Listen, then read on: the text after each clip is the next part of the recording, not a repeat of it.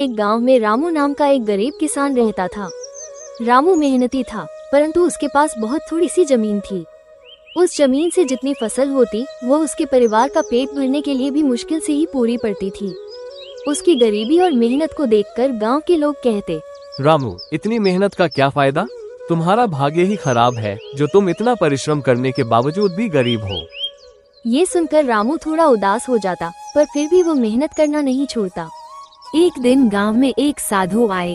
गांव के लोग उनकी बातें बड़े ध्यान से सुनते थे और उन्हें बहुत मानते थे। रामू भी उनके पास गया और अपनी गरीबी और मेहनत की कहानी सुनाई। साधु ने उसे ध्यान से सुना और फिर कहा, तुम्हारी मेहनत जरूर रंग लाएगी बेटा, बस धैर्य रखो और अपनी मेहनत को बढ़ाते रहो। कभी कभी हमारी मेहनत के फल का समय आना थोड़ा देर से होता है, परंतु मेहनत का फल निश्चित रूप से मिलता है। रामू को साधु की बात से थोड़ी हिम्मत मिली और वो और भी मेहनत से खेती में जुट गया। दिन रात मेहनत करता, खेतों में घंटों समय बिताता। समय बीतता गया, लेकिन रामू की स्थिति में कोई खास बदलाव नहीं आया। फिर भी रामू ने अपने परिश्रम को कभी कम नहीं होने दिया। एक दिन जब रामू अपने खेत में हल चला रहा था, तभी अचानक हल किसी कठोर चीज से टकराया।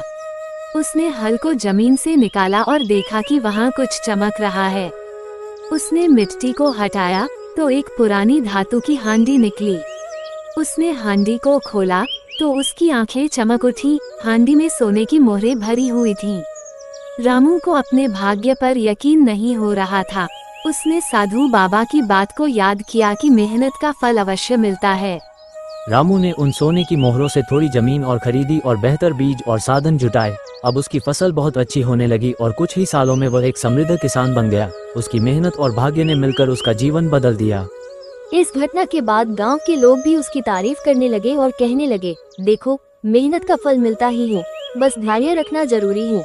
रामू ने अपनी मेहनत और धैर्य से सिद्ध कर दिया कि सच्ची लगन और परिश्रम से किस्मत भी हमारे साथ चलने लगती है। अगर आप सारे लोग इसी तरह का वीडियो देखना चाहते हैं तो मेरा चैनल को सब्सक्राइब और शेयर करना ना भूलें।